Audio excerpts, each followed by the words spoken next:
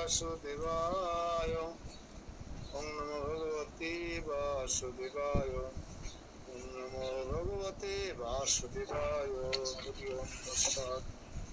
তো সর্বাগ্রে গুরু মহারাজের চরণ কমলে সশ্রদ্ধ প্রণতি নিবেদন করি, ভক্তিপূর্ণ প্রণাম জানিয়ে ওনার কৃপাশীর্বাদ প্রার্থনা করছি। তদুপরি পরম গুরু শ্রী চরণ অরবিন্দ ভক্তি বেদান্ত স্বামী গুরুদেব চরণ কমলে আনন্দ করি, সশ্রদ্ধ প্রণাম নিবেদন করি এবং ওনারও কৃপাশীর্বাদ প্রার্থনা করছি। তদুপরি আজকে এই নিত্যং ভাগবতম সেবায় সকল ভক্তকে জানাই কৃষ্ণ প্রীতি এবং বৈষ্ণবের শুভেচ্ছা। হরি বল।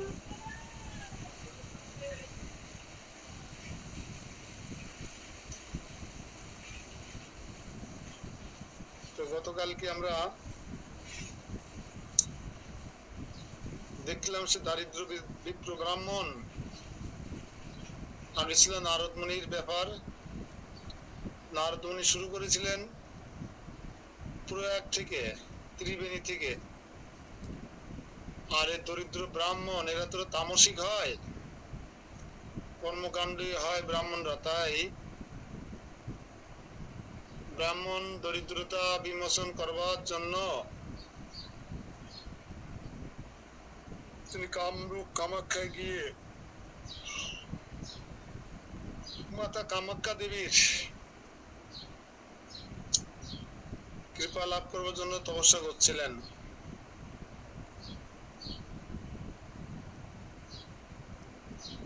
নিউটন আছে নাকি?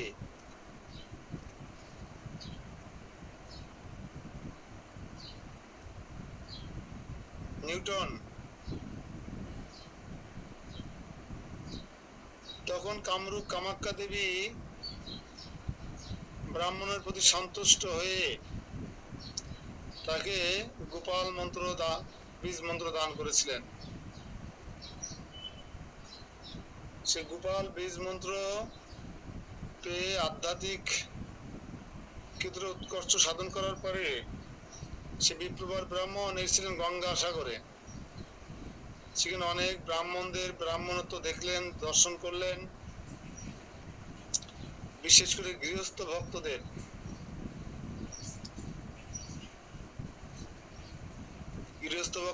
ব্রহ্ম তেজ, অগ্নিত্র হোম যজ্ঞ, বেদ পাঠ, পুরাণ ইত্যাদি পারঙ্গত দেখে তিনি হতবাক হয়ে গেলেন এবং কর্মকাণ্ডী ও শ্রাদ্ধ আদি কর্মকাণ্ডী ও সূক্ষ্মভাবে করতে দেখে তিনি অনুপ্রাণিত হয়ে তাদের কাছ থেকে এগুলো শিখলেন। যেহেতু তিনি গোপাল মন্ত্র ছাড়েননি, তাই তিনি গোপাল মন্ত্রের প্রভাবে পরবর্তীকালে সেগুলো ওনার ভালো লাগলো না, তিনি কাশীতে চলে এলেন। কাশীতে মায়াবাদী সন্ন্যাসীদের দর্শন করে তিনি তাদের মুক্তি লাভের যে অভিব্যক্তি সেটা দর্শন করে তিনি অভিভূত হয়েছিলেন। তিনি পরবর্তী সিদ্ধান্ত নিলেন যে আমিও সন্ন্যাস গ্রহণ করব। সম্ভবত এই বন্ধু ছিল।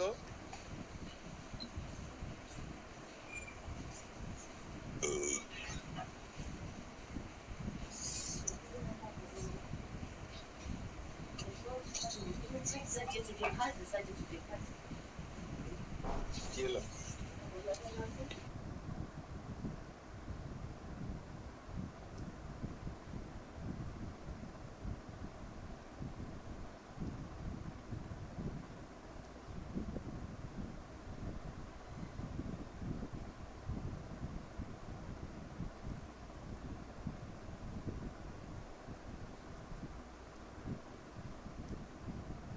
আচ্ছা ঠিক আছে। গতকালই কত নম্বর পর্যন্ত ক্লাস হয়েছিল মনে আছে সবার?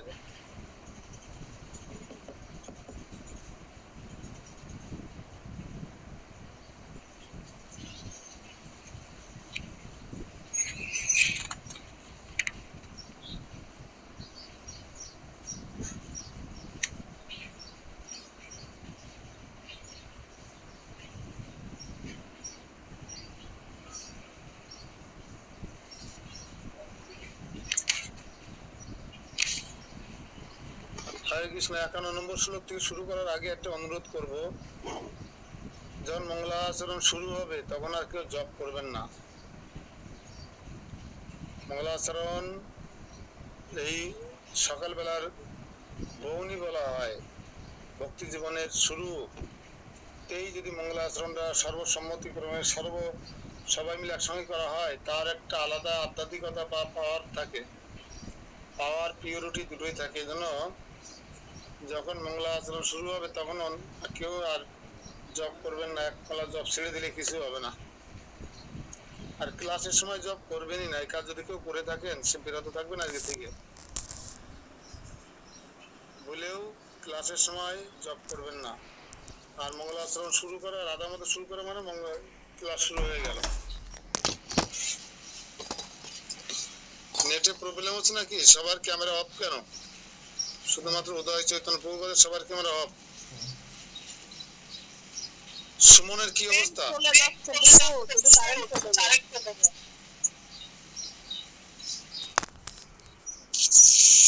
আমরা যখন প্রবল আগ্রহ নিয়ে বিপ্রবর ব্রাহ্মণ সন্ন্যাস গ্রহণ করার সিদ্ধান্ত নিলেন, তখন কি বলছেন দেখুন। তৎমহারম্য কৃষ্ট পরমানন্দ গোচর তজ্জ পান্ন প্রবৃত্ত হীন লেবে সমন বল্লম ইতি কর্তব্য তামূঢ় দীন সন স্বপ্নমম আগত তয়া দেবা স্বাগত তত্র আদিষ্ট সেবেন স।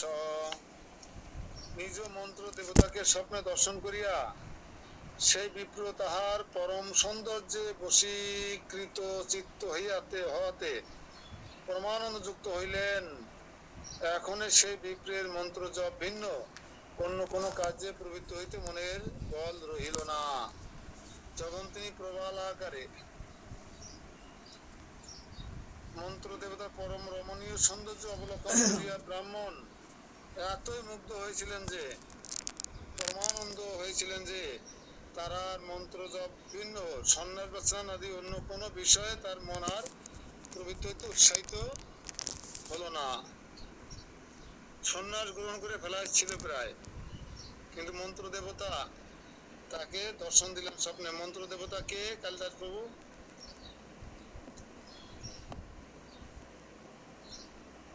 বলুন তাড়াতাড়ি, মন্ত্র দেবতা কে দরিদ্র ব্রাহ্মণের?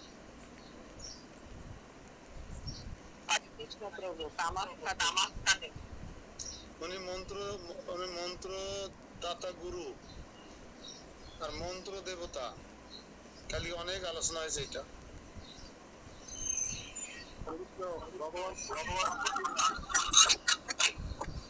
ভগবান মদন গোপাল,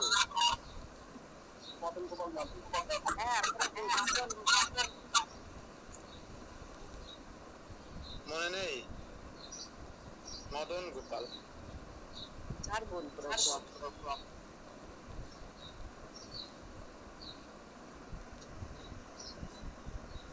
92 শ্লোকের তাৎপর্য। তারপর তিনি ইতি কর্তব্যতা বিষয়ে বিমূঢ় হইয়া কাতর ভাবে নিদ্রাগত হইলেন। তদ অবস্থায় অর্থাৎ স্বপ্নে দেবীর সহিত শ্রী মহাদেব আবির্ভূত হইয়া তাহাকে আদেশ করিলেন। দেবীর সহিত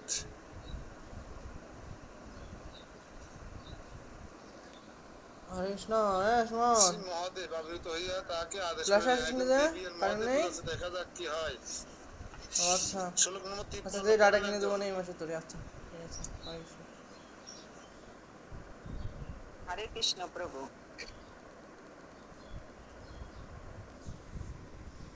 মা মূর্খ পুরুষন শন নাশানাং দ্রুত শ্রী মধুরাব্রজ তত্ত্ব বৃন্দাবনে অবস্থান তত্ত্বাং ভবিষ্যৎসু। প্রভু টিকা পড়বো, অনুবাদ করবো।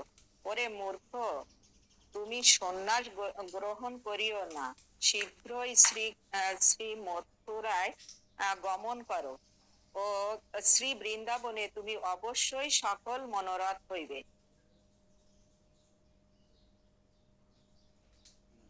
53 তাৎপর্যটা পড়েন।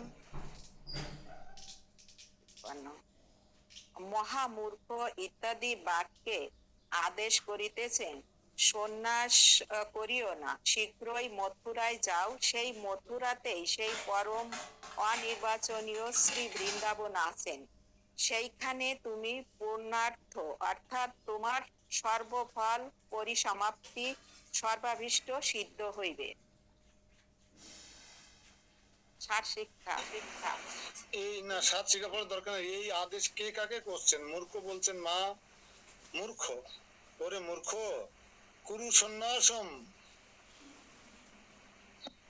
এখানে শিবের দেবীর সাথে শিবজি মহারাজ আবির্ভূত হয়ে তাকে আদেশ করলেন। তাহলে কি মা কামাখ্যা দেবী আর শিব?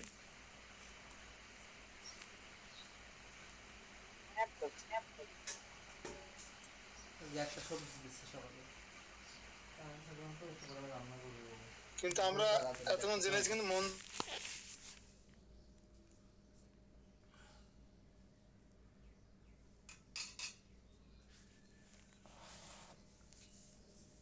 শোনা যাচ্ছে না প্রভু, ঠান্ডা দেখবো। মনে হয় কারেন্ট চলে গেছে। কি হয়েছে? সেইটা? না না না, এটা লাগাবেন নাকি? দীপক বাবু বলেন। প্রভুর মনে হয় কারেন্ট চলে গেছে।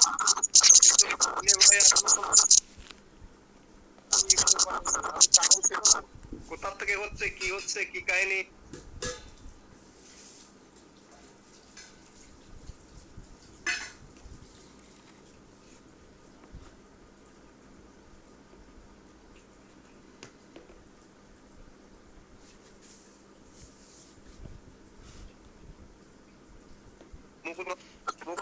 একটু বলেন।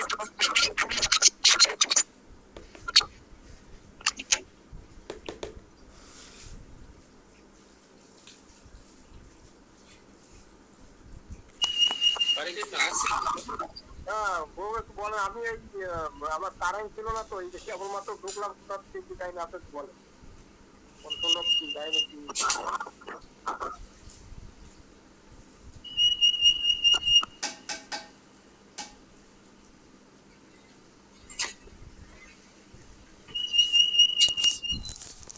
তার পরের দিন যা হয়েছিল 50 পরে হলো 53 অনুবাদ বলছিলেন উনি। 50 অনুবাদ না 51? 53 ও 53 পর্যন্ত হয়ে গেছিল।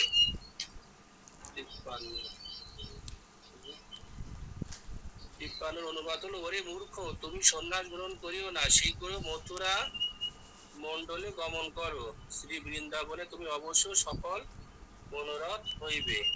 তার মানে কামাখ্যা দেবী ওই যে ব্রাহ্মণকে মন্ত্র দীক্ষা দিয়েছিল, কিন্তু ওই ব্রাহ্মণ হলো বিভিন্ন জায়গায় সে বিমোহিত হয়ে পড়ছিল।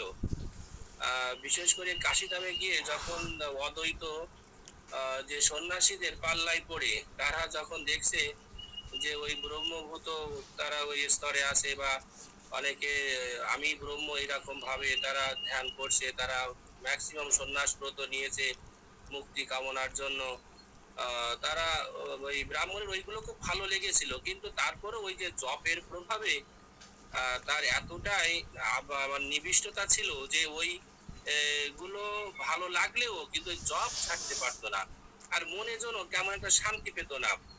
তখন আবার এবং ওই যে মন্ত্র আপনার যে ভগবান মন্ত্র দাতা হলো কামাখ্যা দেবী, আর সেই মন্ত্র জপের যে ভগবান সে হলো রাধা মাধব। স্বপ্নে গোপাল, সেই গোপাল বারবার তাকে স্বপ্নে দর্শন দিয়ে তাকে সঠিক পথ প্রদর্শন করাতো বা করিয়েছে। এখন তারপরে 53 নম্বর শ্লোকেই বলছে, ওরে মূর্খ, তুমি সন্ন্যাস গ্রহণ করিও না, শীঘ্র তুমি শ্রী মথুরা মন্ডলে গমন করো, শ্রী বৃন্দাবনে তুমি অবশ্য সফল মনোরথ হইবে। মানে তুমি যে মনে যে শান্তি পাচ্ছ না, তুমি শান্তি পাবে, তোমার মনোরথ, তোমার যে সফল মনোরথ হইবে, তুমি বৃন্দাবনে যাও, তুমি ওই সমস্ত সন্ন্যাস গ্রহণ করো না। এবার 54 আর হলো 55, এটা পড়েন যদি কেউ, সুনিতা রেহা অধিকারী। তারপরে আমি পড়ে দিচ্ছি প্রভু পরে শ্লোক নম্বর 54 সৎকণ্ঠ মথুরাং গন্তুং মুহূর্তাং কীর্তয়ং তত তত্ত্বে সুদিশাং গচ্ছান পুরাদাং প্রাপবত্নোমি 55 সাথে একসাথে 55 পড়ি মাধব পাদপদ্মে গঙ্গাশ্রিত শ্রী যমুনা মনোজ্ঞে স্নানায় মাঘো শশী তীর্থরাজে প্রাপ্তানুষ সাধুনু শতশ দদর্শ। মূলানুবাদ। তখনই সেই ব্রাহ্মণের মথুরা গমনে উৎকণ্ঠা জন্মিল। তিনি বারংবার মথুরা মথুরা নাম কীর্তন করিতে করিতে সেই মথুরার দিকে গমন করিলেন এবং পথিমধ্যে প্রয়াগ প্রাপ্ত হইলেন। শ্রী মাধবের পাদপদ্ম দ্বারা শোভিত এবং গঙ্গাশ্রিত শ্রী যমুনা দ্বারা মনোজ্ঞ মাঘ মাসে প্রাতঃস্নানের নিমিত্ত সেই তীর্থরাজ প্রয়াগে শত শত সাধুর সমাগম হইয়া থাকে। সেই স্থানে উপস্থিত হইয়া ব্রাহ্মণ সেই সাধু সমাগম দর্শন করিলেন। হরে কৃষ্ণ প্রভু বলেন। না হরে কৃষ্ণ। মানে মথুরার যে যাওয়ার কথা বললো ভগবান, সেই মথুরা এখন কীর্তন করতে করতে মথুরার দিকে যেতে লাগলো, প্রতিমধ্যে প্রয়াগ করলো। মথুরায় যাওয়ার পথে মানে কাশীধাম থেকে মথুরায় যাওয়ার পথে যেটা হলো ভগবান শ্রী চৈতন্যদেব যখন কাশীধামে থেকে যখন বৃন্দাবন দিকে যাচ্ছিল তখন প্রথম কাশীধামে সেই পাশে তপন মিশ্র ওদিকে হলো দুইজন তাদের চন্দ্রশেখর বৈদ্য, তারা দুজন এর গৃহে খাওয়া দাওয়া করতো, আলোচনা করতো। তা কাশীধামে তো সব মায়াবাদী সন্ন্যাসী, মানে অদ্বৈত সন্ন্যাসী। ভগবান দ্বৈত নয়, ভগবান এক। আমি ভগবান হলো মায়ার প্রভাবে মনুষ্য দেহ ধারণ করে, এই যে ভাবটা কাশীধামে। তাই এই মহাপ্রভু মায়াবাদ, অদ্বৈতবাদ এইটাকে মোটে সহ্য করতে পারতো না এবং তাদের হাতে রান্না পর্যন্ত খেত না। তো ওই সময় কাশীধামে তো শত সহস্র ব্রাহ্মণ এবং সন্ন্যাসী তারা বাস করত এবং তারা প্রতিদিন যেহেতু শ্রী চৈতন্য মহাপ্রভুর সেই দিব্য দেহ, দিব্য জ্যোতি আর আজানুলম্বিত বাহু, মানে অপূর্ব নয়ন, সব কিছু দর্শন করে মোহিত হতো ওই সময়কার যারা কাশীধামের সন্ন্যাসী। এবং তারা চাইতো যে আমার গৃহে একটু যদি সেবা দিতে পারতাম, ভিক্ষা দিতে পারতাম, এইটা সবসময় চাইতো এবং তারা বিভিন্ন ভাবে তারা চেষ্টা করতো। কিন্তু মহাপ্রভু কখনোই তাদের সেই আরতি বা আরজি গ্রহণ করতো না।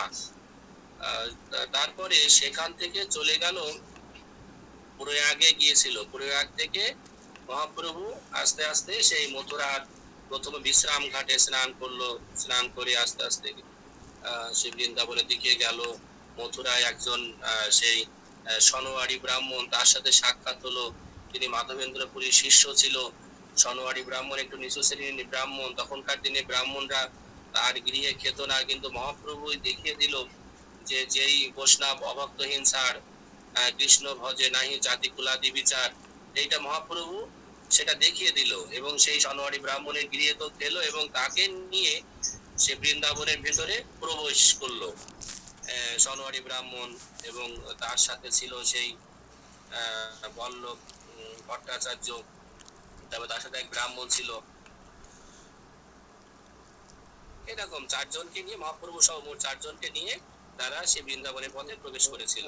সেই বৃন্দাবনে যাওয়ার পথে, মথুরায় যাওয়ার পথে হলো প্রথম হলো প্রয়াগ পড়ে। তা সেই প্রয়াগে তীর্থরাজ প্রয়াগ, আমরা সবাই জানি তীর্থরাজ প্রয়াগ সেই মাঘ মাসে প্রাতঃ স্নান। মাঘ মাসের সবচেয়ে শ্রেষ্ঠ ফলটা হলো প্রাতঃ স্নান। মাঘ মাসে এতটাই শীত পড়ে এবং ওই সময়টাই হলো ভগবান বলে দিয়েছে যে যদি কেউ স্নান করতে পারে প্রাতঃকালে তাহলে সে খুব পূর্ণ ফল লাভ করবে। সেই যারা সাধু সন্ন্যাসী তারা ওই সুযোগটা গ্রহণ করত এবং শত শত সাধুর সে প্রাতঃ স্নানের জন্য সমাগম হতো এবং সেই স্থানে উপস্থিত হইয়া ব্রাহ্মণ সেই কামাখ্যা দেবীর সাধনরত যে ব্রাহ্মণ, কামাখ্যা দেবী দীক্ষা প্রাপ্ত ব্রাহ্মণ, সেই সাধু সমাগম দর্শন করিলেন। 55 হলো তাৎপর্য, সেই তীর্থরাজ প্রয়াগ ভগবত প্রকাশ প্রিয় ভূমি হেতু নিখিল তীর্থগণের শ্রেষ্ঠ। অতএব সেই স্থানে মাঘ মাসে প্রাতকালে স্নানাদির জন্য সমাগত শত শত সাধু বৈষ্ণবগণকে দর্শন করিলেন। লস নীতি পদয়ে প্রয়াগের তীর্থ রাজত্ব প্রদর্শন করিতেছেন। যথা যে স্থানে শ্রী মাধব দেবের পাদপদ্ম শোভামান এবং গঙ্গার আশ্রিতা ভক্তি সঙ্গতা শ্রীমতী যমুনা দ্বারা মনোজ্ঞ, সেই প্রয়াগরূপ তীর্থ রাজ। একবারে আছে হলো 57, 58, 59। পড়েন প্রভু। হরে কৃষ্ণ প্রভু, 56 বাদ পড়েছে না? হরে কৃষ্ণ। হ্যাঁ মাতাজি 56 পড়েন। আচ্ছা। তেষাং সদা গীত নতি স্তব আদিব শ্রী বিষ্ণু পূজ্য উৎসব বৈক্ষত্তাভিত তন্নাম সংকীর্তন বাদ্য নর্তনয় প্রেম আর্তনাত্তৈ রুদি দেশ চা সুবিধাম। 56 অনুবাদ। বহু সাধু একত্র হইয়া অবিরত গান, প্রণাম, স্তব, নাম সংকীর্তন, বাদ্য নৃত্য ও প্রেম সহকারে আর্তনাদ করিতেছেন, কেউ বা রোদন করিতেছেন। ব্রাহ্মণ সেই স্থানে উপস্থিত হইয়া ওই সকল শ্রী বিষ্ণু পূজা মহোৎসব দর্শন করিলেন। 56 সেই ব্রাহ্মণ এতত্ত্ব সর্বত্র গীতাদি দ্বারা ক্রিয়মান শ্রী বিষ্ণু পূজারূপ উৎসব দর্শন করিলেন। আদি শব্দে ভোগাদির বিচিত্র উপাচার ও গীত ও বাদ্যাদি দ্বারা শোভিত বুঝিতে হইবে। প্রভু এবার বিস্তারিত একটু বলেন মুকুল প্রভু।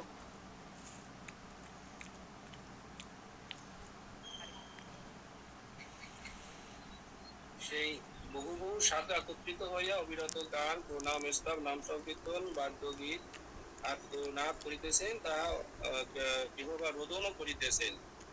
ব্রাহ্মণ সেই সেই সকল মানে অলরেডি মথুরা ধামে পৌঁছে গেছে। পৌঁছে গিয়ে সেখানে যে মানে আমাদের যে বৈষ্ণবীয় যারা সাধু আছে তারা নাম সংকীর্তন, ভগবানের নাম কীর্তন করে, তারপরে বারবার স্তব করে, সেখানে নৃত্য করে, প্রেম সহকারে আর্তনাদ করে। যে এই যে ব্যাপারগুলো যেটা মহাপ্রভু সৃষ্টি করে গিয়েছিল তার অনেক আগে থেকেই এটা ছিল, কিন্তু পরবর্তীতে হারিয়ে যাচ্ছিল। সেটা মহাপ্রভু, যেমন হরে কৃষ্ণ মহামন্ত্র, এটা যে মহাপ্রভু এনেছে তা না। হরে কৃষ্ণ মহামন্ত্র কলিযুগের একটা মন্ত্র, কিন্তু এইটা মহাপ্রভু সেইটা সকল জীবের কাছে প্রসার ঘটিয়েছে, প্রচার করেছে। এবং তখনকার দিনে যখন মহাপ্রভু জন্মগ্রহণ করেনি, তখন ওইগুলো আস্তে আস্তে বা যখন গঙ্গায় স্নান করবে তখন সেইগুলো মনে মনে জপ করার একটা রেওয়াজ ছিল। কিন্তু পরবর্তীতে মহাপ্রভু বলেছিল যে না, এইটাকে জোরে জোরেই বলতে হবে এবং সংকীর্তন সহকারে এবং সকলে মিলেমিশে বলতে হবে। এই তখন থেকেই মূলত মহাপ্রভুর সময় থেকে এই মহামন্ত্রটা সকলে মিলেমিশে কীর্তন করত এবং উচ্চেশ্বরে কীর্তন করত, সংকীর্তন আকারে কীর্তন করত। এবং আমরা জানি যে খোল করতাল, এবং এইটা যদি না থাকে তাহলে বৈষ্ণবদের সেই সেবায় খুব একটা ভালো হয় না। সবকিছু মানে সেখানে নৃত্য হবে, বাদ্য হবে, প্রেম সহকারে আর্তনাদ করবে এবং রোদন করবে। মানে অলরেডি সেই কামাখ্যার সেই ব্রাহ্মণ, কামাখ্যা দেবীর আশীর্বাদ পুষ্ট দীক্ষা প্রাপ্ত সেই ব্রাহ্মণ সেই স্থানে উপস্থিত হইয়া ওই সকল বিষ্ণু পূজা মহোৎসব দর্শন করিলেন। মানে যে মহোৎসব গুলো হচ্ছিল সেই মথুরায়, সেগুলো সব দর্শন করতে লাগলেন। এরপরে হলো 57, 58, 59 দীপাপ্রভু পড়েন। হরে কৃষ্ণ। সহ বুধ বিস্ময়াং প্রাপ্ত বৈষ্ণবান পৃচ্ছতি শতান হে গায়কা বন্দিন রে দণ্ডবত পাতিন ভুবি ভূবাদকা নর্তকা রে রাম কৃষ্ণেতি বাদিন রোদকা রম্যতি লোকা অশ্চারুমালা ধর নরাম ভবতৈকং খনং সস্তা ন কুলাহল মহর্ত কুলাহল মর্হত বদ বদতেদং বিধব্দে কিং কিং বার্চয়থ সাদরম। মূল অনুবাদ: সেই অবোধ ব্রাহ্মণ তদ্দর্শনে বিস্ময় প্রাপ্ত হইয়া বৈষ্ণব সাধু দিগকে বলিতে লাগিলেন, হে গায়কগণ, হে বন্দীগণ অর্থাৎ বন্দনাকারীগণ, হে ভূমিতে দণ্ডবৎকারীগণ, হে বাদকগণ, হে নর্তকগণ, হে রামকৃষ্ণ বাক্য কথনশীলগণ, হে ক্রন্দনকারীগণ, হে মনোহর মালাধারী মানবগণ, তোমরা ক্ষণকালের জন্য কোলাহল পরিত্যাগ পূর্বক সুস্থ হইয়া বলো, তোমরা একই কার্য করিতেছ এবং আদর পূর্বক কাহাকেই বা অর্জন করিতেছ। টিকার তাৎপর্য: অবোধ বলিবার তাৎপর্য এই যে অদৃষ্ট অশ্রুতপূর্ব বলিয়া তৎ ব্যবহারে অনভিজ্ঞ। অতএব বিস্ময়প্রাপ্ত হইয়া সেই বিপ্র গীত বাদ্যাদি পরায়ণ বৈষ্ণবগণকে জিজ্ঞাসা করিতেছেন। তার প্রকার এইরূপ, হে গায়কগণ ইত্যাদি। তিনি অবুধ, তাহাদের মহিমা জানেন না, এই জন্য তাহাদিগের যেরূপ কর্ম দেখিতেছেন সেই রূপই সম্বোধন করিতেছেন। হে গায়কগণ, হে বন্দিন রে ভূমিতে দণ্ডবৎ পতনশীলগণ, বাদ্যকারীগণ, রামকৃষ্ণ শব্দ ভগবত বাচক তাহা না জানিয়া সেই শব্দ মাত্রই অনুকরণ করিয়া বলিতেছেন। রম্য তিলক বলিতে হরি মন্দির আদি অঙ্কন পূর্বক মনোহর তিলক ধারণ করিয়াছেন যিনি, তাকে দেখিয়া রম্য তিলক ধারীন ইত্যাদি এভাবে সম্বোধন করছে। তোমরা আর কোলাহল না করিয়া স্থির হইয়া উপবেশন করো। ভগবত গীত স্তবাদের তত্ত্ব জ্ঞানহীন প্রযুক্ত তুমুল শব্দমাত্র শ্রবণে কোলাহলের প্রতীতি এবং তাহাদের উত্তম বিষাদী দর্শনে তত্ত্বযোগ্য আহ্বান করিতেছেন। তোমরা কি করিতেছ এইভাবে? কাহারই বা সাদরে পূজা করিতেছ? যদি বলো কৌতুকাদি রূপ, তাহলে দেবতার্চন করিতেছ কেন? এই দেবতাই কে যার সাদরে অর্চন করিতেছ?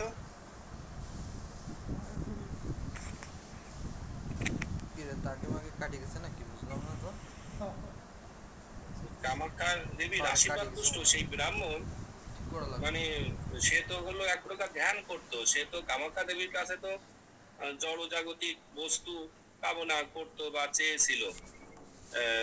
সেই কামাখ্যা দেবীর আশীর্বাদে দীক্ষাপ্রাপ্ত সেই ব্রাহ্মণ বিষয়টা আসলে জানতো না যে বৈষ্ণবীয় কালচার বা বৈষ্ণব সমাজে বা বৈষ্ণবরা যে নৃত্য করে, গীত করে বা খোল করতাল নিয়ে আনন্দ করে, সংকীর্তন করে, এত মানে তার কাছে যেন বিষয়টা কোলাহল মানে লাগছে, মানে অতিরিক্ত যেন গন্ডগোল, অতিরিক্ত যেন হইচই, অতিরিক্ত মানে কথা, অতিরিক্ত মানে কিছু গান, এইগুলো মানে ওই সেই ব্রাহ্মণ জানতো না। মানে তার জন্য প্রথম বিষয়টা অনুধাবন করলো বা দেখলো, তিনি আশ্চর্য হচ্ছে যে ব্যাপারটা কি, এইভাবে এরা নাচছে কেন, এইভাবে এরা গাচ্ছে কেন, এত উদ্দণ্ড নৃত্য করছে কেন, আর ওখানে মহোৎসব আদি মানে প্রসাদ খাচ্ছে সবাই, মানে এই যে মহোৎসব, অনেক লোক একসাথে হয়ে ভগবানের নাম করছে, তারপর ওখানে কোন একটা বিগ্রহ আছে, সেই বিগ্রহের সেবা করছে।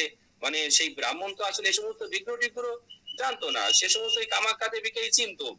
তারপরে সেখানে কামাখ্যা দেবীর ওখানে তো এইভাবে তো নৃত্য গীত হতো না, সেখানে সকলে কামাখ্যা দেবীর সামনে ধ্যান করতো বা তার কাছে বিভিন্ন রকমের জড়জাগতিক বস্তু কামনা করতো, তার কাছে এগুলো সবই অচেনা ব্যাপার। এখন ওই যে ব্রাহ্মণদের অনেকে থামিয়ে দিয়েছি, এই থামো থামো, ব্যাপারটাকে একটু বলো, তোমরা কি করছো কি, এইভাবে মোটামুটি ইয়ে করছে। ওই যা বলছিলাম চৈতন্য মহাপ্রভু আর যখন সনোয়ারি ব্রাহ্মণ, যখন তারা দুজন একত্রে নৃত্য করছিল, সনোয়ারি ব্রাহ্মণও নৃত্য করছিল এবং তার ভিতরেও অষ্টসাত্ত্বিক বিকার প্রবেশ করেছিল এবং চৈতন্য মহাপ্রভু নৃত্য করেছিল। তা ওখানে যারা আহ, সেই মথুরা ঘাটে বা বিশ্রাম ঘাটে বা সেখানে যে সমস্ত বৈষ্ণবরা ছিল, তারাও তো ওই রকম মাধবেন্দ্র পরিপাতের শিষ্য ছিল না, বা তাদের ওই রকম বিকারগ্রস্ত তারা ছিল না। তারা যেটা মানে সচরাচর করতে হয় কর্তব্য, সেটা তারা করতো বা করতো। কিন্তু তাদের এই যে প্রেমটা দেখে তার অবাক হয়ে গিয়েছিল। সেই যে প্রেম দর্শন করে গৌরাঙ্গ মহাপ্রভু বুঝতে পারলো যে আমারই পরিবারের লোক, তার মানে মাধবেন্দ্র পরিবারেরই শিষ্য হবে। তারপরে সনোয়ারি ব্রাহ্মণরাও গৌরাঙ্গ মহাপ্রভুকে দেখে বুঝলো যে এ আমারই সেই মাধবেন্দ্র পরিবারের সেই পরিবারের লোক হবে, গুরু পরম্পরা ধারাই থাকবে। এবং দুজন দুজনের পরিচয় জানতে পেরে তারা এতটাই প্রেমালিঙ্গন করলো যে ওই জায়গায়, এবং তাদের চোখ ফুটে এত অশ্রু ঝরতে লাগলো যে ওখানে যারা যত বৈষ্ণবরা ছিল তারা অবাক হয়ে তাদের দিকে তাকিয়ে থাকলো। এবং ওখানে যারা পূজা করছিল যে সমস্ত পূজারী, তারা হলো গৌরাঙ্গ মহাপ্রভু সনোয়ারি ব্রাহ্মণ, তাকে চিনতো। গৌরাঙ্গ মহাপ্রভুকে তারা তাদের সেই মাল্য দিল, ভগবানের সেই মালা, গলার মালা, সেটা পরিয়ে দিল। এই যে মহোৎসব আদি সর্বদা বৃন্দাবনে আমরা জানি প্রতিদিন আমাদের যে কৃষ্ণ বলরাম মন্দির আছে, প্রতিদিন সেখানে মহোৎসব হয়। সেখানে এমন কোনো দিন নেই যে সেখানে কৃষ্ণ নামের একটুখানি বিরতি হয়, কামতি হয়। এরকম আর বৃন্দাবনে যতগুলো মন্দির আছে আমি শুনেছি, যাওয়ার সৌভাগ্য হয়নি। দীপক প্রভু হয়তো যদি বলে কিছুক্ষণ এই বিষয় নিয়ে। হ্যাঁ, সেটা বলে। হরে কৃষ্ণ প্রভু। আমি এই এখন যে পড়তেছি যে যে যার ভিতরে যাচ্ছি আমি, এই প্রয়াগের কথা, মানে দৃশ্যটা মনে পড়তেছে। প্রয়াগের সেই ত্রিবেণীতে সেই স্নান টান বা লোকজনের সমাগম। আপনি যেটা বলতে চাচ্ছিলেন যে সবসময় পূজা পার্বণ হয় এবং লোকের কোনো কমতি ঘাটতি নাই। আমরা এই কয়েকদিন ছিলাম, 2-3 দিন ছিলাম, যে সময় গেছি সেখানে কোনো বিশেষ কোনো অনুষ্ঠান না, সে সময় কোনো তিথি না, লগ্ন না, হ্যাঁ, তার শিকারে লোকের জন্য সেখানে ঢুকতে পারি না। পুলিশ রয়েছে, তারা শৃঙ্খলা বজায় রাখার জন্য নিয়োজিত রয়েছে অনেক পুলিশ। তারপরও সেখান থেকে আমরা সেই নিধু বন্টনে ঢুকতে যে আমাদের যে কি অবস্থা, গায়ের জামা টামা ছিঁড়ে যায়, সবকিছু হয়ে যায়। মানে আপনি যেটা বলছিলেন যে প্রতিদিনই সেখানে বিশেষ ঢাকা বিশ্ববিদ্যালয়ের এই জুলাইয়ের পরে আমরা দেখতে পেয়েছি সবাই এই জায়গায় আমি নিয়মিত শিক্ষার্থীরা হলে থাকবে, কোনো আদবায় হলে থাকবে না। তো ওনাদের কাছে প্রকাশন আছে মানে হলের মধ্যে যে মন্দিরে গেছি সেখানেই প্রচুর ভিড়, প্রচুর ভিড়। অথচ এমন না যে আজই এই দিনে কোনো বিশেষ অনুষ্ঠান হচ্ছে এই জন্য লোকজনের সমাগম হয়েছে বেশি, এরকম না, প্রতিদিনই এরকম। মাননীয় স্পিকার, বিএনপি আমাদেরকে ডাকুক, আমাদের আপত্তি নাই, কিন্তু সাবধান করে দিচ্ছি আমাদের যেন আর রাজাকার ডাকা না হয়। মাননীয় চুমু বাবা, আপনার সময় 2 মিনিট, দ্রুত বলবেন। 24-এর মুক্তিযুদ্ধের পরেও কেউ আমাদের রাজাকার ডাকলে বুকটা দরফর করে উঠে, খুব কষ্ট এই বুকে। মাননীয় স্পিকার, বক্তব্য সংক্ষিপ্ত করুন। মাননীয় চুমু বাবা, আপনার সময় আর 30 সেকেন্ড। বুকের ব্যথাটা কেউ বুঝে না, সবাই মনে করে গ্যাস্ট্রিকের ব্যথা। আপনি অনুমতি দিলে আমার স্বরচিত 2 লাইন কবিতা বলে বক্তব্য শেষ করতে চাই। মাননীয় স্পিকার, শোনান আপনার কবিতা। দেয়ালে লিখো না গুপ্ত ক্ষয়ে যাবে, খাম্বায় লিখো গুপ্ত রয়ে যাবে। যারা খোল করতাল বাজায়, নর্তকগণ যারা ভগবানের সামনে উদ্দণ্ড নৃত্য করে, রামকৃষ্ণ বাক্য কথনশীলগণ যারা হরে কৃষ্ণ মহামন্ত্র উচ্চেশ্বরে কীর্তন করে, হে ক্রন্দনকারীগণ যারা ওই বিকারগ্রস্ত হয়েছে, তারা যে কান্না করে, এ মনোহর মালাধারী মানবগণ, এবং ওই ভগবানের সেই দিব্য মালা বা প্রসাদী মালা ধারণ করে সেই মানবগণ, তোমরা ক্ষণকালের জন্য কোলাহল পরিত্যাগ পূর্বক সুস্থ হইয়া, মানে তাদেরকে দেখে মনে আছে আসলেই তো অসুস্থ, আসলে তাদের কৃষ্ণ প্রেমের পাগলের মতো তারা হয়ে গেছে। আসলে যারা প্রেম যারা প্রাপ্ত হয়ে গেছে তাদেরই একমাত্র মানে যেমন শ্রীবাস ঠাকুরকে পরীক্ষা করার জন্য সচিমাতা নিয়ে এসেছিল যে দেখো তো আমার নিমায়ের কি হলো। মাননীয় স্পিকার, বিএনপি আমাদেরকে নবদ্বীপে নিমায়ের কে দেখে সবাই বলতো তোমার ছেলে পাগল হয়ে গেছে, তোমার ছেলে বায়ু রোগ হয়েছে, এরে বড় ডাক্তার দেখাও, এরে ওই উত্তপ্ত ঘি খাওয়াও। এইরকম নানা লোক নানা ভাবে চিন্তা করতে লাগলো। কিন্তু যেহেতু সচিমাতা বুদ্ধিমান, তাই প্রথমে চিন্তা করলো যে আমি কিছু বৈষ্ণবদের আমি ডাকি, তারা পরীক্ষা করুক বিষয়টা কি। শ্রীবাস ঠাকুরকে ডেকে পরীক্ষা করতে বললো। শ্রীবাস ঠাকুর এসে বললো এ তো কৃষ্ণ প্রেমের পাগল, কৃষ্ণ প্রেমের সেই বিকারগ্রস্ত হয়েছে, এ তো স্বাভাবিক কোনো ব্যাপার না, এ অনেক উচ্চ ব্যাপার, উচ্চ মার্গের ব্যাপার। তখনই সতীমাতা শান্ত হয়েছিল। তা সেই কামাখ্যা দেবীর আশীর্বাদ পুষ্ট দীক্ষা প্রাপ্ত সেই ব্রাহ্মণ তাদের এই সমস্ত কার্যকে তারা অসুস্থ কার্য বলে মনে করছে, তাই বলছে যে তোমরা সুস্থ হও, সুস্থ হয়ে বলো তোমরা কি কার্য করছো এবং কাকে বা অর্চন করছো, কাকে পূজা করছো, এগুলো আমাকে একটু বলো। এবার হলো 60, 60-এর তারপর 60-এর হলো এইটা 16টা একটুখানি পড়েন, সুনিতা মাতাজি পড়েন। হরে কৃষ্ণ। অচ্যুত পহ শান্তি পচিত তম আমাদের আপত্তি নাই। রে মূঢ় তিষ্ট এতি কেহ রে মূঢ়তে সন্তুষ্ট ইতি কেহ প্রচুর দিন বৎসল্লা। অনুবাদ: এই কথা শুনিয়া কেহ কেহ সেই ব্রাহ্মণকে উপহাস করিতে লাগিলেন। কেহ বলিলেন, হে মূঢ়, মৌন অবলম্বন করো। তৎমধ্যে যাহারা দীর্ঘ বৎসল সাধু তাহারা বলিতে লাগিলেন, ব্রাহ্মণের এই প্রকার বাক্য শ্রবণ করিয়া সেই বৈষ্ণবগণের মধ্য কোনো এক নবীন ভক্ত তাহাকে উপহাস করিয়া বলিলেন, হয়ে মহামুনে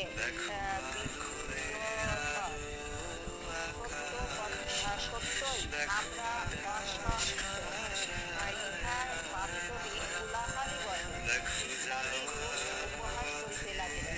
আবার মধ্যম বৈষ্ণব ভগবৎ পূজানুরক্ততার হেতু তাহা সহ্য করিতে না পারিয়া ক্রোধের সহিত বলিতে লাগিলেন, হে মূঢ়, চুপ করো। উত্তম বৈষ্ণব কৃপালু ও দীনবৎসল। অর্থাৎ তত্রস্থ ব্যক্তিগণের মধ্যে কেহ কেহ উপহাস করিলেন, কেহ কেহ মৌন থাক এই কথা বলিলেন। কিন্তু পরম করুণাময় উত্তম বৈষ্ণবগণ ওয়ে ইত্যাদি বক্ষমান বাক্য বলিতে লাগিলেন, ইহাই জানিতে হইবে। অতএব অগ্রে শ্রী বৈষ্ণবগণ কহিতে লাগিলেন,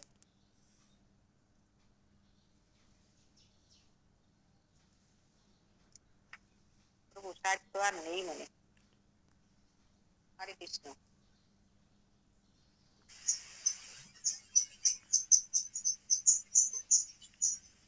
আর নেই মনে হয়, ওখানে শেষ।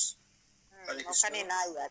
হরে কৃষ্ণ। হ্যাঁ, আর তো দেখছি না এখানে যে ওই যে ব্রাহ্মণ যখন ওদেরকে বলেছিল যে অসুস্থ,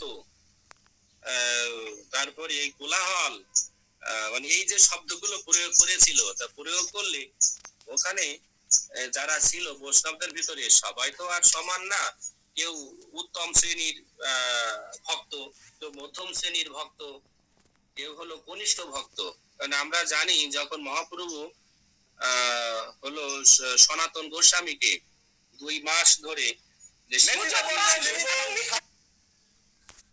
শিক্ষা দিয়েছিল হলো কাশীতেই শিক্ষা দিয়েছিল। সেখানে যে শিক্ষা দিয়েছিল সেখানে বলেছিল ভগবত ভক্ত সম্পর্কে বলেছিল।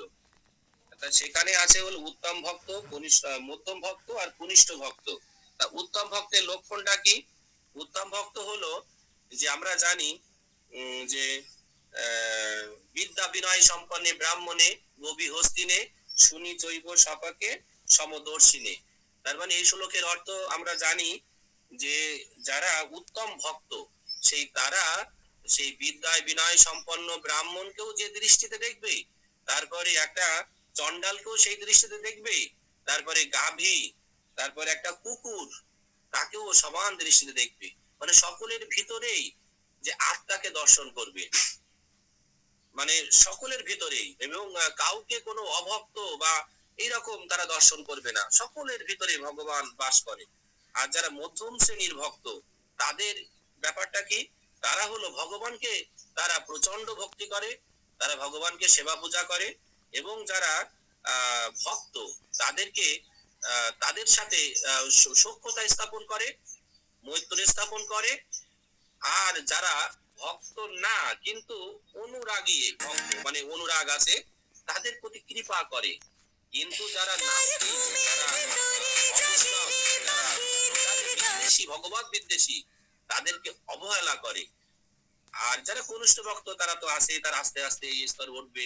কিন্তু এই যে যারা কনিষ্ঠ ভক্ত, এখানে কনিষ্ঠ ভক্তদের প্রথম দেখিয়েছে যে এই মুড়ো তুমি কি বলছো কি, ওই সেই ব্রাহ্মণকে বলছে যে যে এই মুড়ো তুমি কি বলছো, তুমি এই যে কোলাহল বলছো, তুমি এখানে অসুস্থ বলছো, এই বৈষ্ণবদের অসুস্থ বলছো, যে এই কার্যাবলীগুলো এই। আর যারা মধ্যম শ্রেণীর যারা ভক্ত বৈষ্ণব, সে বলছে সেও সহ্য করতে পারেনি বিষয়টা, মানে সেও ওই যে ব্রাহ্মণকে মনে করেছে এ হলো মনে হয় অবৈষ্ণব, অভক্ত, মানে তাকে চিনতে পারেনি।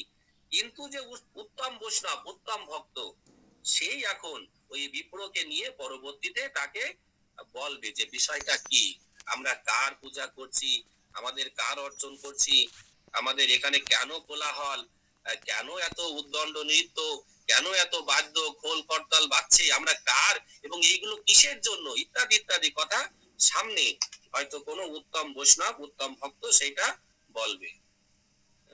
62 নম্বরের শ্লোক নিউটন প্রভু পড়ে। নিউটন প্রভু, ও বই নেই তো তাই না? না না, বই নেই। 61 প্রভু, 61 বই নেই 61 প্রভু। না? 61 হ্যাঁ প্রভু, বই নেই 100 তাই না? হুম। 61 হবে এবার। হুম। বই নেই, আছে বই আছে? নাই তো বাসাতে, আমি তো ঢাকায় আছি। ও আচ্ছা ঠিক আছে। দিবা প্রভু তাহলে আপনি পড়েন। আচ্ছা, আরো তো অনেকে ছিল মাতাজি।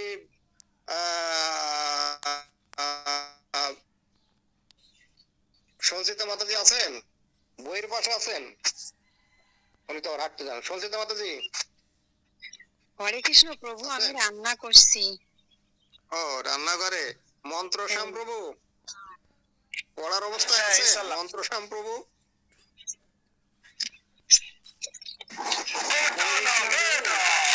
হ্যাঁ পড়েন। 61 নম্বর পড়ার মতো অবস্থা আছে না কোনো কাজে ব্যস্ত আছে? ভালো ছিলাম, আমি মুক্ত ছিলাম, ভালো ছিলাম, ভালো ছিল দিগের কাল, লুঙ্গির তলে থেকে আমার জীবন ছিল নির্ভেজাল। জানাসি ন কিঞ্চিৎ দত মূঢ়ধি বিষ্ণু ভক্তান পুনর্মৈবং সম্বোধায় ন জল্পচং। মূলানুবাদ। শ্রী বৈষ্ণবগণ বলিলেন, অয়ে বিপ্রতনায়, তোমাকে অত্যন্ত মূঢ় বুদ্ধি বলিয়া বোধ হইতেছে। তুমি কি কিছুই জানো না? তুমি বিষ্ণু ভক্তগণকে পুনরায় এরূপ সম্বোধন করিও না, আর এরূপ কথা বলিও না। টিকার তাৎপর্য, ওহে বিপ্র, অর্থাৎ তুমি ব্রাহ্মণ কুলে জন্মলাভ করিয়াছ মাত্র, কিন্তু তোমার বুদ্ধি মূঢ়। সেই জন্য কৃপাপূর্বক প্রকাশ করিয়া বিষ্ণু ইত্যাদি বাক্যে শিক্ষা দিতেছেন। হে গায়ক, হে বন্দী ইত্যাদি সম্বোধন এবং সুস্থ হও, কোলাহল করিও না ইত্যাদি বাক্য পুনরায় বলিও না। হরে কৃষ্ণ। ও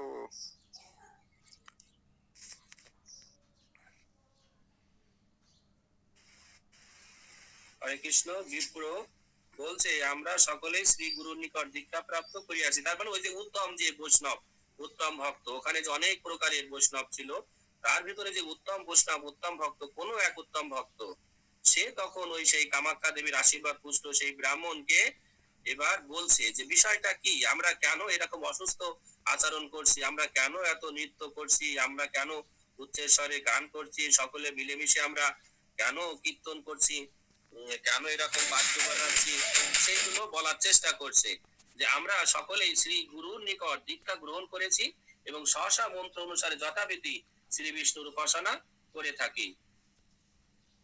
তার মানে এখানে পরমেশ্বর ভগবান শ্রী বিষ্ণুকে মহামন্ত্রে এবং তদনুসারে পূজা করিয়া থাকি এবং গুরুর নিকট দীক্ষা, মানে যেটা আর কি হয় সেইটা। কেননা ওখানে তো কামাখ্যা দেবীর ওখানে তো দীক্ষা টিক্ষার কি ব্যবস্থা আমারও ঠিক জানা নেই, এইগুলো মনে হয় জানতো না। এবং ওখানে তো অলরেডি তো এরকম নৃত্য, এইরকম যে বাদ্য বাজনা এগুলো তো হতোই না। সেই ব্রাহ্মণ তো সবকিছু থেকে অবাক যে এইগুলো কি হচ্ছেটা কি, এখানে এরা এরকম নাচানাচি করছে কেন, এরকম কেউ কেউ রোদন করছে, এইরকম ভাবে তারা কেন আছে। এটা কি কোনো ভগবানের সাধনা বা কি এ সমস্ত, বা ওখানে একটা বিগ্রহ খাড়া করে কার কি পূজা করছে, কেউ মালা দিচ্ছে, কেউ সেবা করছে, কেউ পুষ্প অর্পণ করছে, ভোগ নিবেদন করছে, আবার মাঝে মাঝে আবার প্রসাদ বিতরণ করছে, সবাই একসাথে খাচ্ছে, আবার ভগবানের সেই মানে বৈকালিক ভোগ, মানে সেখানে তো আসে মথুরায় সেই ব্রাহ্মণ বারবার এইগুলো সব কিছু দর্শন করছে, তার তো কোনো শিক্ষা নেই। সে কামাখ্যা দেবী কোন রকমে সেই গোপাল মন্ত্র, দশাক্ষর গোপাল মন্ত্র দিয়েই ছেড়ে দিয়েছে, কিন্তু কোনো শিক্ষা টিক্ষা দেয়নি। আমাদের ইসকনে যেমন আমরা শিক্ষা গুরু আছে, দীক্ষা গুরু আছে, যার ম্যাক্সিমাম ঠিক ওই রকম কামাখ্যা দেবীর আশীর্বাদ পুষ্ট ব্রাহ্মণের মতন অনেকের অবস্থা আমাদের বৈষ্ণব সমাজেও আছে। তারা ওই গুরুদেব তাদের ওই চিংড়ি মাছের বাজারের মতো নিয়ে এসে তাদের কর্ণে ওইরকম পুষ মন্ত্র দিয়ে ছেড়ে দিয়ে দেয়, কিন্তু কোনো শিক্ষা টিক্ষা দেয় না। ওই শিক্ষা না দেওয়ার ফলে তারা ওই ইসকনের নিন্দা তো করেই, তারা অনেকে উল্টো পাল্টা ভাবে বলে। তারা জানে না তো, তারা এই সমস্ত গ্রন্থ আদিও পড়ে না। কেননা আমি অনেক আচার্যবৃন্দের কাছে শুনেছি যে যার শ্রবণ দশা যার ভালো, তার মরণ দশা তার ভালো। এই শ্রবণ যদি ঠিক মতো না করা হয়, তাহলে তো ওই রকম ওই কি পুষ্মন্ত্র দিল কর্ণে, ওতে তো কাজ হবে না। আর সাধু সঙ্গ, তারপরে এইভাবে এই যেমন কামাখ্যা দেবীর আশীর্বাদ পুষ্ট যে সেই ব্রাহ্মণ, সেই এখনই সাধু সঙ্গ করলো, মানে তার তো মনে করি তার প্রথম যে স্টেপ, মানে একটা ভক্ত হওয়ার যে প্রথম স্টেপ সাধু সঙ্গ, সেইটা সে শুরু করলো। ঠিক তদ্রূপ আমাদেরও ওই রকম সাধু সঙ্গ যে আসার যে সুযোগ, আমরা এই যে অনলাইনে একসাথে যে আমরা সাধু সঙ্গ করি, আমাদের গুরু মহারাজ জয়প্রকাশ স্বামী গুরু মহারাজ তিনি বলেছে যে আমাদের 50% সাধু সঙ্গ হবে যদি কিনা আমরা অনলাইনে সকলের ভিতরে, আর 100% হবে যদি কিনা আমরা সশরীরে সকলে মিলেমিশে যদি আমরা ভগবানের নাম সংকীর্তন করি বা ভগবানের কথা শ্রবণ করি একবারে সশরীরে, তবে 100% হবে। যাই হোক, তারপরেও তো আমরা 50% এগুলো করতে পারছি। সেই রকম আমাদের শিক্ষা গুরুর বা শিক্ষাটার ব্যাপক প্রয়োজন। আমাদের অদ্বৈত ভগবান দাস প্রভু উনি আমাদেরকে কিভাবে ভোগ আরতি করতে হবে, ভোগ লাগাতে হবে, তার সকল শিক্ষা দিয়ে থাকে। মানে আমার জীবনের তো একটা পরম পথ প্রদর্শক, যেটা যদি আর যদি প্রভুপাদের কথাই বলতে হয়, যদি প্রভুপাদ না হইতো তবে কি হইতো, তেমনে ধরিতাম দে। প্রভুপাদ যে গ্রন্থগুলো অমল পুরাণ ভাগবতম ইত্যাদি অনেক গ্রন্থ আমাদের মাঝে বিতরণ করেছে, তার মাধ্যমে যে শিক্ষা আমরা গ্রহণ করছি, এই কারণে আমাদের ইসকনের আচার্যবৃন্দরা বলে যে দীক্ষা শিক্ষা গুরুটাকে সর্বদা তোমরা প্রভুপাদকেই রাখবা। সে যাই হোক, শিক্ষাগুরু অনেক হতে পারে, কিন্তু কথা হলো শিক্ষার যে গুরুত্ব অপরিসীম। যেমন আমরা জানি নরোত্তম দাস ঠাকুর, নরোত্তম দাস ঠাকুরের দীক্ষাগুরু ছিল লোকনাথ গোস্বামী, আর শিক্ষাগুরু ছিল জীব গোস্বামী। কিন্তু জীব গোস্বামীর কাছ থেকে শিক্ষা নেয়নি, শ্রীনিবাস ঠাকুরের কাছ থেকে শিক্ষা নিয়েছে, তার বন্ধু যে রামচন্দ্র তার কাছ থেকে শিক্ষা নিয়েছে, বিভিন্ন ভাবে শিক্ষা, তবে জীব গোস্বামীর কাছ থেকে শিক্ষাগুরু হিসেবে বেশি। এবং আমাদের ইসকনে যে গুরু পরম্পরা ধারায় শিক্ষাটাকে খুব বেশি গুরুত্ব দেওয়া হয়, এই কারণে জীব গোস্বামীর যে ধারা থেকে শুরু করে নরোত্তম দাস করে এইভাবে আমাদের মূলত আসে। তা যদি আমরা শিক্ষাটাই যদি আমরা ঠিক মতো না নিতে পারি, তাহলে ওই দীক্ষাটা পুষ্ট হয় না, দীক্ষাটা এক সময় হারিয়ে যায়। আসলে ভগবানকে চেনার জন্য তো শাস্ত্র দরকার, কারণ আমাদের শাস্ত্রই আমাদের বলে দেয় যে ভগবানকে, যদি মা যদি আমাদেরকে না জানায় যে আমার পিতাকে, তাহলে তো আমরা তো জানতে পারবো না, আমরা যারে তারে বাবা বলে ডাকবো। আমাদের সঠিক বাবা মানে যেই আমাদের ঔরসজাত বাবা, তাকে তো আমরা চিনবো না। মা হলো শাস্ত্র, এই শাস্ত্র জানতানো শাস্ত্র তো হবে না, তখন তো আমাদের সেই বহু নাং জন্ম নামন্তে জ্ঞানবানাং প্রবর্তন্তে বাসুদেব সর্বেতে সমাচার, মানে সে বহু বহু জন্মে আমাকে অতিক্রম করতে হবে। তা যদি সঠিক সাধু যদি আমাদের না বলে দেয় যে এই গীতা পড়ো, এই ভাগবতম পড়ো, যেমন চৈতন্য মহাপ্রভু বলে গিয়েছে দুটো গ্রন্থ পড়ো, একটা হলো গীতা, একটা হলো ভাগবতম, যেহেতু চৈতন্য মহাপ্রভু তার চৈতন্য চৈতন্য তখন লেখা হয়নি। তা এই কারণে বেশি শাস্ত্র পড়ে বিভ্রান্তি হতে হবে। যেমন আমাদের চণ্ডী পুরাণে আছে যাহা দেবী সর্বভূতেষু বিষ্ণু রূপেণ মা সংস্থিতা নমস্তাসে নমস্তাসে নমো নমঃ, যাহা দেবী সর্বভূতেষু বিষ্ণু মায়েতি, মানে সকল যে আমাদের পুরাণ যদি ঘাটাঘাটি করা হয় আমাদের, তাহলে দেখা যাবে সেই বিষ্ণু মায়া, সেই মানে এরকম মহামায়া, সেটা বিষ্ণু মায়া বিভিন্ন ভাবে সেই শাস্ত্রে উল্লেখ করা আছে, বেদে উল্লেখ করা আছে সর্বশ্রেষ্ঠ আমাদের সাধন হলো ভগবানের সাধন, কৃষ্ণের সাধন। কিন্তু এগুলো ওইভাবে তো যাচাই বাছাই করতে গেলেও তো সময় লাগবে। এই কারণে সরাসরি ভগবানের ভক্তি যোগে আসলে প্রবেশ করার জন্য আমাদের আচার্য বৃন্দরা, আমাদের সেই গুরুদেব আমাদেরকে বলে, তার সঠিক শিক্ষা যদি না হয় তাহলে সেইগুলো সম্ভব না। তো এখানে যে কামাখ্যা দেবী সে দীক্ষা দিয়ে ছেড়ে দিয়েছে কিন্তু শিক্ষাটা দেয়নি। এই কারণে তিনি ওই জায়গায় জিজ্ঞাসা করছে, ওই সেই মথুরা ঘাটে, বিশ্রাম ঘাটে, সেখানে গিয়ে জিজ্ঞাসা করছে ব্রাহ্মণদের কাছে, কি করছো তোমরা? আমি তো মন্ত্র জপ করি, কিন্তু আমি তো এইগুলো যে তোমরা কি করো, কার পূজা করো, কি করো, এটা তো আমরা জানি না, তোমরা বলো। তা সেখানে অনেক রকমের ভক্ত ছিল, উত্তম ভক্ত, মধ্যম ভক্ত, কনিষ্ঠ ভক্ত। যারা কনিষ্ঠ ভক্ত তারা তো সেই মুড়ো টুড়ো অনেক কথা বলেছে, যারা মধ্যম ভক্ত তারাও মানে অবজ্ঞা করেছে, কিন্তু যে উত্তম ভক্ত সে তাকে বলছে যে এইগুলো আমরা কি করছি, আমাদের গুরুদেবের আজ্ঞা অনুসারে এইগুলো করছি। আমরা গুরুদেবের নিকট দীক্ষা প্রাপ্ত হয়েছি এবং আমাদের যে মন্ত্র, সেই মন্ত্র অনুসারে আমরা ভগবান বিষ্ণুর, শ্রী বিষ্ণুর উপাসনা করে থাকি। 63 নাম্বার শ্লোক এখানে থাকবে নাকি আরো আগাবে? না না না, আর একটু আমরাও ওই শেষ করে দেব কি ওই আমরা, কিন্তু ওই আমি বলছি কি 62 যদিও আমরা শ্লোকটা পড়িনি, কিন্তু আপনি মূলানুবাদ তাৎপর্য বলে ফেলছেন, ওটা যাব না। শুধু 62 সার শিক্ষা, সার শিক্ষায় কতগুলো গুরুত্বপূর্ণ কথা আছে, সাধারণত আমরা সার শিক্ষায় যাই না, কিন্তু এই সার শিক্ষাটা একটু, হ্যাঁ এইটা সার শিক্ষাটা রাধিকা মাতাজি একটু পড়েন সুন্দর করে। সার শিক্ষাটা আমাদের জন্য গুরুত্বপূর্ণ মনে হচ্ছে আমার কাছে। হরে কৃষ্ণ। হ্যাঁ ওই 73 পৃষ্ঠার লাস্টে নিচে দেখেন একেবারে। যাহারা সদ্গুরুর নিকট দীক্ষাবিধি অনুসারে মন্ত্র লাভ করিয়াছে এবং সেই মন্ত্রের যথাবিধি জপ করে, শীঘ্রই তাহাদের মন্ত্র সিদ্ধি হয়। সদ্গুরুর সেবা ও তাহার নিকট হইতে দীক্ষা না হইয়া জপ করিলে, মন্ত্র জপ করিলে হৃদয়ে শীঘ্রই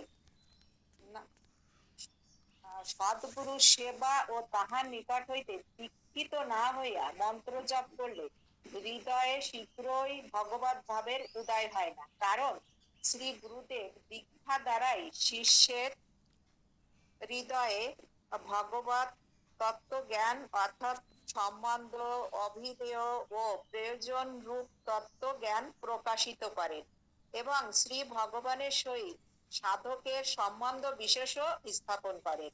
এই স্থলে কিন্তু ব্রাহ্মণের যথাবিধি দীক্ষা অর্থাৎ সাক্ষাৎ সদ্গুরুর শ্রীমুখ হইতে মন্ত্র দীক্ষা হয় নাই, কেবল দেবী স্বপ্নে মন্ত্র প্রদান করিয়াছেন বা সেই মন্ত্র জপের আদেশ করিয়াছেন। এই জন্য ব্রাহ্মণের মন্ত্রাদির বিষয়ে মহিমা জ্ঞান বা কোনো প্রকার তত্ত্ব জানাদির উদয় হয় নাই। কিন্তু ভগবতাত্মক মন্ত্র সকল কোন রূপে হৃদয়গত হইলেও স্বীয় প্রভাবে সাধককে অভীষ্ট ফল প্রদান করেন। ইহাই মন্ত্রের প্রভাব। এই মন্ত্রের প্রভাবে ব্রাহ্মণ মন্ত্র দেবতাকে স্বপ্নে দর্শন করিয়াছেন এবং সমুদয় বাধা বিঘ্ন অতিক্রম করিতে করিতে অভীষ্ট সিদ্ধির পথে অগ্রসর হইতেছেন। তবে ইহা সাধারণ বিধি নহে। এই জন্য বৈষ্ণবগণ বলিলেন, তোমার সেই রূপ ভাবে মন্ত্র দীক্ষা হয় নাই, কাজেই মন্ত্র জপেও জ্ঞানাদি কিছুই শীঘ্র সম্পন্ন হইতেছে না। এত স্থলে দ্রুত শীঘ্র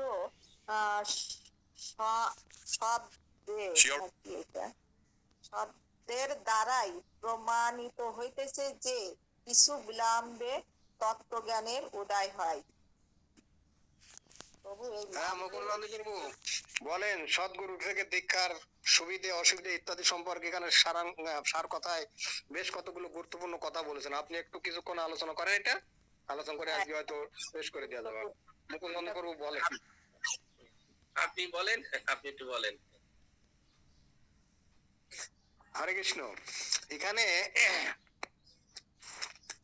ওই বৈষ্ণবদের থেকে একজন এই ব্রাহ্মণকে বলতেন যে তুমি যে এইভাবে সম্বোধন করছো, এইভাবে আচরণ করছো, তো তোমার যে দীক্ষা, তোমাকে তো শুধু দেবী স্বপ্নে একটু দীক্ষা দিয়েছে, কিন্তু তোমার সেই রকম দীক্ষা হয় নাই। সদ্গুরুর কাছ থেকে তোমার দীক্ষা হয় নাই। সদ্গুরুর কাছ থেকে দীক্ষা হলে তার যে প্রভাবটা, এখানে বলছেন কতগুলো কথা। যারা সদ্গুরুর নিকট দীক্ষা বিধি অনুসারে মন্ত্র লাভ করিয়াছেন এবং সেই মন্ত্রের যথাবিধি জপ করেন, শীঘ্রই তাহাদের মন্ত্র সিদ্ধি হয়। সদ্গুরুর সেবা তার নিকটে দীক্ষিত না হইয়া মন্ত্র জপ করিলে হৃদয়ে শীঘ্র ভগবত ভাবের উদয় হয় না। কারণ শ্রী গুরুদেব দীক্ষা দ্বারাই শিষ্যের হৃদয়ে ভগবত তত্ত্বজ্ঞান অর্থাৎ সম্বন্ধ অভিধে ও প্রয়োজন রূপ তত্ত্বজ্ঞানে যা সম্বন্ধ অভিধ তিনটি আছে না, ওইটা মুকুল মন্ডল ভালো বলতে পারতেন, আমি বলতে পারবো না, প্রকাশিত করেন এবং শ্রী ভগবানের সহিত সাধকের সম্বন্ধ বিশেষ স্থাপন করেন। স্থলে কিন্তু ব্রাহ্মণের যথাবিধি দীক্ষা অর্থাৎ সাক্ষাৎ সদ্গুরুর শ্রীমুখ হইতে মন্ত্র দীক্ষা হয় নাই, কেবল দেবী স্বপ্নে মন্ত্র প্রদান করিয়াছেন বা সেই মন্ত্র জপের আদেশ করিয়াছেন। এই জন্য ব্রাহ্মণের মন্ত্রাদির বিষয়ে মহিমা জ্ঞান বা কোনো প্রকার তত্ত্ব জ্ঞানাদির উদয় হয় নাই। এইটা সেই ব্রাহ্মণ এই বৈষ্ণবরা এই যে দেবী কামাখ্যা থেকে মন্ত্রপ্রাপ্ত যে ব্রাহ্মণ তাকে বুঝিয়ে বলছেন যে তোমার এখনো সেই রকম জ্ঞান উদয় হয় নাই। কিন্তু ভগবান নামাত্মক মন্ত্র সকল কোন রূপে হৃদয়গত হইলে স্বীয় প্রভাবে সাধককে অভিষ্ট ফল প্রদান করেন। ইহাই মন্ত্রের প্রভাব। আমরা এখানে বুঝতে পারছি যে মন্ত্র উনি ছাড়েননি, উনি এই সেই করে বেড়াচ্ছেন, এখান থেকে ওখানে, ওখান থেকে ওখানে শুধু ঘুরে বেড়াচ্ছেন এক জায়গা থেকে আরেক জায়গায়, কিন্তু মন্ত্রটা ছাড়েননি। আর মন্ত্র ছাড়েন নাই বলে মন্ত্র তাকে দেওয়ালের মতো করে রাখছে, আগলে রাখছে, তাকে মানে অফ ট্র্যাক হইতে দিচ্ছে না, ট্র্যাকে আছেন উনি। মন্ত্রটা জপ করেন বলেই উনি লাইন পথে আছেন এবং তিনি অগ্রসর হচ্ছেন। তা সেখানে এখানে বিভিন্ন ভাবে কতগুলো সেন্টেন্সে মাতাজি পড়লেন, আমি দেখলাম যে এই সদ্গুরুর কাছ থেকে দীক্ষার একটা বিশেষ গুরুত্ব এখানে আলোচনা করা হয়েছে, যা ওই ব্রাহ্মণের মধ্যে ছিল না। সেই কথাটাই এখানে সার শিক্ষায় আমরা জানলাম। তো হরে কৃষ্ণ। হ্যাঁ, মানে এখান থেকে এটুকু আমরা ক্লিয়ার বুঝতে পারছি যে সামান্য স্বপ্নে উনি পাইছেন যে মন্ত্র, তাকে মানে বিপদগামী করিনি। আর যে আমরা গুরুদেবের কাছ থেকে নিচ্ছি, তার মানে তার যে আশীর্বাদ, ওনার যে আশীর্বাদ আমাদের মাথার উপরে থাকছে, আমাদের দৈনন্দিন জীবনে যে এত বাধা আসছে আমরা কিন্তু বুঝতেই পারছি না উনি কিভাবে আমাদের খণ্ডন করছেন। আমাদের পুরো একটা নেট দিয়ে আমাদের মানে এমন ভাবে পথকে পরিচালিত করছে, যত বাধা আসছে, আমরা নাম জপ, আমরা কীর্তন, আমরা নিত্য সেবার মধ্য দিয়ে যাচ্ছি, সেগুলো যে সুন্দর ভাবে আমরা পরিক্রম করছি, সমস্ত বাধা বিঘ্ন গুলো উনি আমাদের মাথার উপরে থেকে মানে আমাদেরকে পরিচালনা করছেন। আমরা বাস্তব জীবনে অনুভব করতে না পারলেও এখন একটু একটু বুঝতে পারছি যে সামান্য উনি স্বপ্নে পেয়ে এত দূর এগিয়ে গেছে, তাহলে আমরা বাস্তব জীবনে দীক্ষা নিয়ে গুরুদেবের চরণে আশ্রয় নিয়ে আসলে এটাই উচিত সকলে, মানে এটা ক্লিয়ার বুঝতে পারছি। হ্যাঁ, সুন্দর বলেছেন মাতাজি। এইটাই আমি বলতে যাচ্ছিলাম যে এই দীক্ষার গুরুত্বটা কত, এবং সদ্গুরুর কাছ থেকে দীক্ষিত হওয়া থাকে তাহলে সব রকম থেকে আমরা পরিত্রাণ পেতে পারি। কারণ গুরুদেব আমাদের আগলে রাখেন, তার মন্ত্র দানের মাধ্যমে আমাদের আগলে রাখেন সবকিছু থেকে। এটাই আমি বোঝাইতে যাচ্ছিলাম। তো এই ব্যাপারে যদি মুকুল নন্দী প্রভু যদি কিছু বলতে চান বলেন একটু। এখানে যেটা আসলে বোঝা যাচ্ছে যে কামাখ্যা দেবীর কাছে যে দীক্ষা নিয়েছে, কামাখ্যা দেবীকে তো আর কোনো অংশে ছোট কোনো কেউ না, সে হলো ভগবানের মহান একজন ভক্ত বৈষ্ণবী, এবং তার কাছে দীক্ষা নিয়েছে এটা তো জানতো না ওই জায়গার যে ভক্তরা, মথুরার যে ভক্তরা বৈষ্ণবরা, কিন্তু তার যে কথাবার্তা, তার যে আচার আচরণ, তাই দেখে তারা অনুভব করেছে, বুঝছে যে এ আসলে সদ্গুরুর কাছ থেকে কোনো দীক্ষা নেয়নি। সদ্গুরুর কাছ থেকে দীক্ষা নিলে তার আচার আচরণেই প্রকাশ পেয়ে যায়। মানে কেন বলছি, কেউ যদি সঠিকভাবে মঙ্গল আরতি না করে, 16 মালা যদি জপ না করে, ঠিক মতন প্রসাদ না পায়, বা সেই সন্ধ্যা আরতি হোক আর সেই সব কিছু যদি সুষ্ঠুভাবে পুঙ্খানুপুঙ্খভাবে না হয়, তাহলে তার কিন্তু আচার আচরণে কিন্তু বোঝা যায়, তার কথাবার্তায় কিন্তু বোঝা যায় এ কিন্তু সঠিক ধারায় নেই। যেমন গতকালকে একটা আমি পড়েছিলাম, মানে এই গ্রন্থেই আছে যে খুব ভালো লেগেছে যে ধর্মের পিতাটাকে, ধর্মের পিতা হলো আচার আচরণ। মানে আমরা যে, তার মানে যদি ধর্মের যদি আচার আচরণটাই যদি আমাদের ঠিক না থাকে, তাহলে তো আমরা তো সেই পিতা আমাদের ঠিক নেই, মানে আমরা অন্য টাইপের সন্তান হয়ে গেলাম। তা বিষয়টা হলো এইরকম যে আমাদের আচার আচরণ দিয়ে আমাদের অনেকটা আহ জানা যায় যে আমাদের সদ্গুরু আমাদেরকে মানে এইরকম আর কি। তা এই কারণে জয়পদ স্বামী গুরু মহারাজ বারবার বলে যে তোমরা আমাকে বিপদে ফেলো না, আমি লক্ষ লক্ষ আমি শিষ্য গ্রহণ করতে পারি যদি কিনা তোমরা সঠিকভাবে, তোমরা যদি চলো সঠিক ধারায় থাকো। আর তা না হলে আমার যে আজকে দুরাবস্থা, কেউ না কেউ তো এরকম ঝামেলা পাকাচ্ছ এবং তারা মানে সঠিকভাবে আমার আদেশ নির্দেশ পালন করো না, যার কারণে আজকে আমার এই অবস্থা। তাহলে এবং জয়পতাকা স্বামী গুরু মহারাজ এবং আমাদের গুরু পরম্পরা তারা জানতো যে আমাদের হৃদয়ের অবস্থা, আমাদের কি পরিমাণ মরিচা পড়েছে, যে বারবার ওই কানের ভিতরে যদি মানে সেই গুতানো হয় কোনো কাঠি দিয়ে, তা আমাদের সেই শ্রবণ কীর্তনের জল যত বেশি আমরা ঢুকাবো কানের ভিতরে, তত বেশি আমাদের হৃদয় থেকে সেই এটা পরিষ্কার হয়ে যাবে। তা এই যে ধারণ করার জন্য পাত্র দরকার, যদি পাত্রটা সঠিকভাবে আমাদের না থাকে এবং যেহেতু নেই এবং আমাদের যারা গুরুবৃন্দ তারা জানে যে আমরা পাত্র হিসেবে সঠিক না, এই কারণে বারবার আমাদের তারা শিক্ষা দিয়ে আমাদের এই ভিতরের পাত্রটাকে সঠিক করার চেষ্টা করে। আমি দেখেছি যে বাজারে চিংড়ি মাছের মতন যারা ওই রকম কানে পুষ্পমন্ত্র দিয়ে ছেড়ে দেয়, তাদের কোনো শিক্ষা দেয় না, তারা তারা কোনো কিচ্ছু বলে না তারা, এবং তারা এমনকি একটা গ্রন্থ তারা দিতে চায় না। কারণ যদি একটা গ্রন্থ আমরা দিই, আমি স্থানে আসার আগে আমি তো কোনো কারো কাছে গ্রন্থ যে মানে কেউ দিতেছে তো না। যারা গুরুরা কি ভালো ভালো কথা বলতো, কত পাঠ শুনেছি আমি, তারা কি ভালো কথা বলতো, এমনকি আমি তাদের কাছে গিয়ে আমি জিজ্ঞাসা করেছি যে আপনার তো খুব সুন্দর জানেন, আপনার তো অগাধ পাণ্ডিত্য, এত কিছু জানেন কিভাবে? ওই তারা ভগবানের কৃপা টিপা বলে এই সমস্ত ছেড়ে দিত এবং তাদের পায়ে প্রণাম প্রণাম করে বিশাল কিছু মনে করতাম। আর ঠিক আছে তারা অনেক জ্ঞানী ভক্ত, কিন্তু তাদের জ্ঞানটা যে বিতরণ করার যে ব্যবস্থা ইসকনের মতন এই সিস্টেম, এটা তো নেই। প্রভুপাদ যেটা জানতো ঠিক একই কথা আমাদের জয়পতাকা স্বামী গুরু মহারাজ জানে, জয়পতাকা স্বামী গুরু মহারাজ যা জানে দীনদয়াল শ্যামপ্রভু তাই জানে। বিষয়টা হলো এই হলো গুরু, এই হলো সদ্গুরু। সদ্গুরু নিজেকে উজাড় করে দেয়, তাকে শিক্ষা দিয়ে দীক্ষা দিয়ে এবং তাকে ছেড়েও দেয় না, তাকে সবসময় বুকে আগলে রাখে। জয়পতাকা স্বামী গুরু মহারাজ আমাদের বুকে আগলে রাখেনি, দীনদয়াল শ্যামপ্রভু আপনাকে বুকে আগলে রাখেনি, তার যে প্রতিনিধি আছে প্রতিনিধির মাধ্যম দিয়ে আপনাকে বারবার বলছে এইটা করো এইটা করো না, বারবার বলছে আপনি বিপদে গেলে আপনাকে কান ধরে নিয়ে আসছে। বিষয়টা এরকম না, সদ্গুরু তো এইটা, আমাকে জন্ম দিয়ে যদি আমাকে আমার বাবা ছেড়ে দেয়, আমারে খাওয়াবে না, আমারে পড়াবে না, আমি কোনটা ভালো মন্দ আমি জানি না, সেটা কি সদ্গুরু? সদ্গুরু হবে সেই যে সঠিক দীক্ষা দেবে।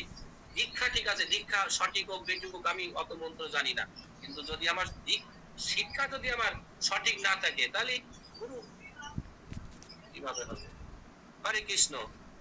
হরে কৃষ্ণ প্রভু, খুব গুরুত্বপূর্ণ ছিল। তো,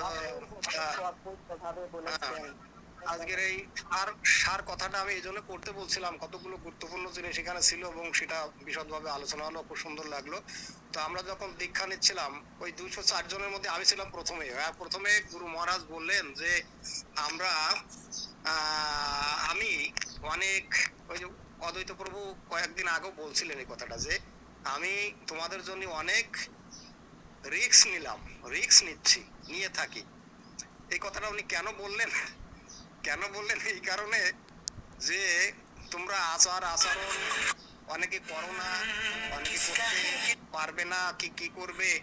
তো তোমাদের আমি সতর্ক করছি যে তোমরা এই জিনিসটা করো না, আচার প্রচারটাকে পরে গুরুত্ব দিচ্ছেন, আচারটাকে বেশি গুরুত্ব দিচ্ছেন, যেটা তোমরা এড়িয়ে যেও না, গেলে কি হবে, আমার ক্ষতি হবে, অনেক ক্ষতি হবে, শিষ্যের সমস্ত পাপ আমাকে নিতে হবে। এবং তার সেই পাপের জন্য উনি তো আগে একদিন বলেছিলেন কোন হসপিটালে ভর্তি থাকাকালীন, যে এক সিস্টার জিজ্ঞেস করছে যে মহারাজ আপনার তো আপনি তো অনেক বড় উচ্চমানের একজন ভক্ত, তো আপনার এরকম অবস্থা কেন? হ্যাঁ, তখন উনি বলছিলেন যে আমার এইরকম অবস্থা কেন, আমি যে যাদের শিষ্য হিসেবে বরণ করেছি তাদের যে সমস্ত আচরণ করার নির্দেশ দিয়েছি তারা অনেকে ঠিক মতো করে না, আর সেই পাপগুলো আমাকেই নিতে হয়। এই কথাটা উনি দীক্ষা অনুষ্ঠানে এসে অন স্ক্রিনে প্রথমে এই কথাটাই বলেছিলেন। হ্যাঁ, তো এখানে আমাদের আর একটা কথা বলে শেষ করি, সেটা হচ্ছে আচার এবং প্রচার দুটোই আমাদের করতে হবে। আচারটা ঠিক মতো না হলে উনি বললেন মুকুলনন্দী প্রভু যে যদি আমরা ঠিক মতো মঙ্গল আরতি না করি, ঠিক মতো পূজা অর্চনা ঠিকঠাক মতো না করি, তাহলে আসলে আমাদের গুরুদেবের আদেশটা গুরুদেবকে করা হয়, উপেক্ষা করা হয়, এবং সেটা অপরাধ, অন্যায়। তো আমরা আচারটা ঠিক মতো করার চেষ্টা করব। তো ঠিক আছে, আজকে নির্ধারিত সময় শেষ, আমরা আজকে এখানে শেষ করছি। কি কি বলেন মুকুল নন্দী প্রভু, আমরা শেষ করে দিই অনুষ্ঠান আজকে? হ্যাঁ,